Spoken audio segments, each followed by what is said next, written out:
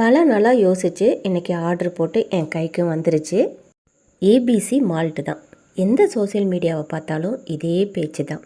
அப்படி இருக்குது இப்படி இருக்குன்னு எல்லாருமே பாராட்டு மழையாக பொழிஞ்சிட்டு இருந்தாங்க. நான் மீஷோவில் தான் போட்டிருந்தேன். 200 கிராம், இது 400 ரூபா. பேக்கிங் எல்லாம் பக்காவாக இருந்துச்சு. அந்த டின்னை ஓப்பன் பண்ணவே முடியலை, அந்தளவுக்கு டைட்டாக இருந்துச்சு.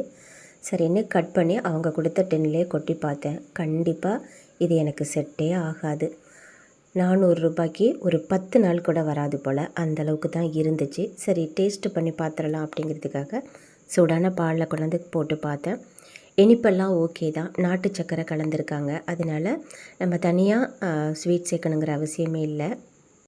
டேஸ்ட்டு பண்ணி பார்க்கும்போது எனக்கு பூஸ்ட்டு எந்த டேஸ்ட்டில் இருக்குமோ அதே போல் தான் இருந்துச்சு.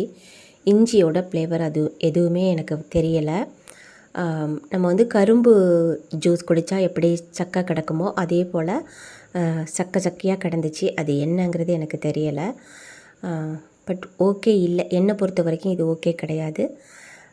வசதியாக உள்ளவங்க வேணால் இதை வாங்கி அதிகமாக யூஸ் பண்ணிக்கலாம். நம்மளுக்கு இது செட் ஆகாது.